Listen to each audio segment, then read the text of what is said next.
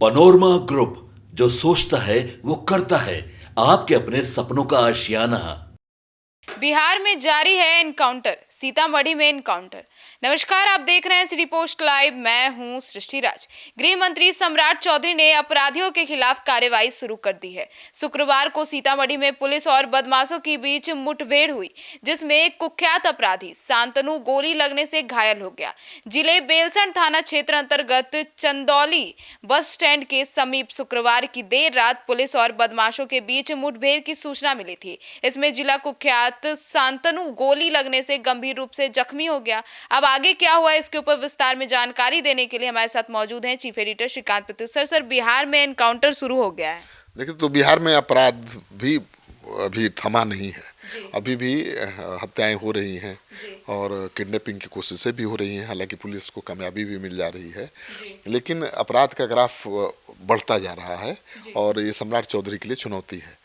तो सम्राट चौधरी चुपचाप बैठने वाले नहीं हैं और तल्ख देवर दिखा रहे हैं और पहले ही वो कह चुके हैं कि अपराधियों के लिए दो ही जगह है, या तो ये बिहार छोड़ दें या कब्र में उनके लिए जगह है।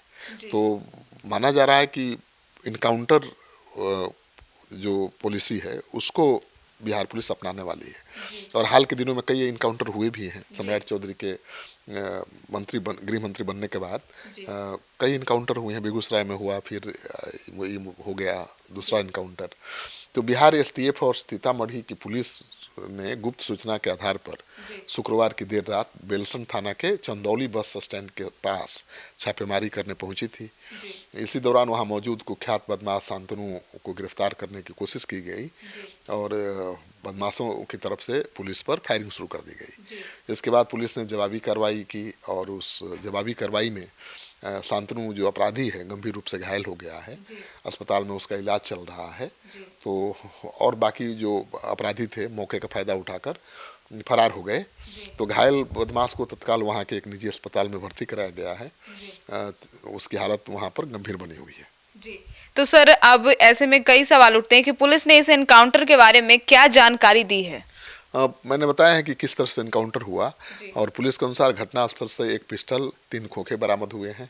बदमाश शांतनु पर बेलसंड थाना में पुजारी की हत्या कर मंदिर से मूर्ति चोरी करने, रवि सिंह हत्याकांड सहित हत्या, डकैती, आर्म्स एक्ट के कई मामले दर्ज थे। लंबे समय से पुलिस उसकी तलाश कर रही थी और पुलिस को सफलता मिली, लेकिन उसने पुलिस पर फायरिंग शुरू कर दी। अगर फायरिंग नहीं करता तो हो सकता था कि उसकी गिरफ्तारी हो जाए, लेकिन पुलिस ने जब घेरा और सरेंडर करने के लिए कहा तो उसने फायरिंग शुरू कर दी।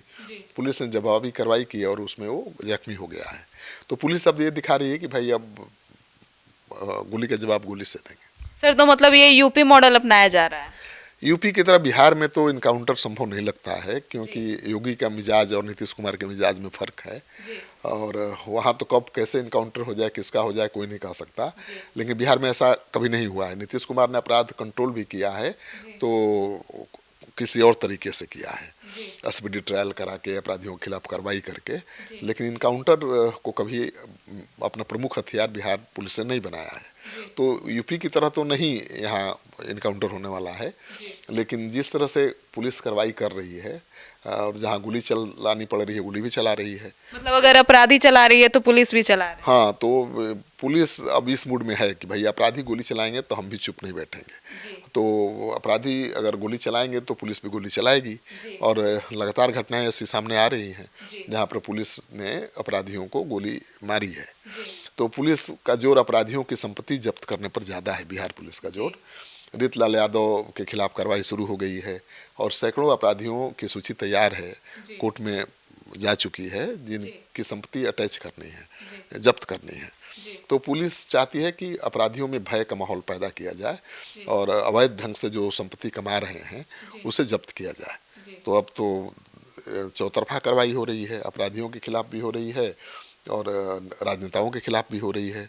लालू यादव की संपत्ति जो जब्त है उस पर सरकारी स्कूल खोलने का ऐलान कर दिया है सम्राट चौधरी ने। तो सम्राट चौधरी ये मैसेज देने की कोशिश कर रहे हैं कि भाई 2 नंबर से या अपराध के जरिए या भ्रष्टाचार के जरिए संपत्ति अर्जित करने वालों की अब खैर नहीं है। उनके खिलाफ सरकार कार्रवाई करेगी, उनकी संपत्ति जब्त करेगी और जब वो गोली चलाएंगे तो गोली से गोली का जवाब देगी। तो उम्मीद करना चाहिए कि इसका असर पड़ेगा और सम्राट चौधरी के तेवर तो तल्ख रहे ही हैं और उनके नाम से अपराधियों की पतलूनें गीली हो जाती हैं, ये भी सच है। लेकिन अभी तो शुरुआत ही है ना, अभी तो उन्होंने पद संभाला ही है, अभी वो विभाग को समझ रहे हैं, रोज पुलिस अधिकारियों के साथ बैठकें कर रहे हैं, नए नए निर्देश जारी कर रहे हैं। अब अगले 15 दिन 1 महीने में पता चलेगा कि उनको किस हद तक अपराध नियंत्रण में कामयाबी मिली है, क्योंकि नीतीश कुमार की यूएसपी सुशासन है, मतलब अपराध कानून व्यवस्था पर नियंत्रण है, उसी के लिए पूरे देश भर में जाने जाते हैं। अब सम्राट चौधरी के जिम्मे गृह विभाग है, तो सम्राट चौधरी भी अपराध पर लगाम लगाकर नीतीश कुमार जैसी छवि बना सकते हैं, एक बड़े नेता की छवि बना सकते हैं, एक बड़े चेहरे के रूप में उभर सकते हैं, क्योंकि मौका बहुत बड़ा बीजेपी ने दिया है उनको और उस पर खरा उतरने की वो कोशिश भी कर रहे हैं। लेकिन अब समय बताएगा कि वो कितना कामयाब हुए।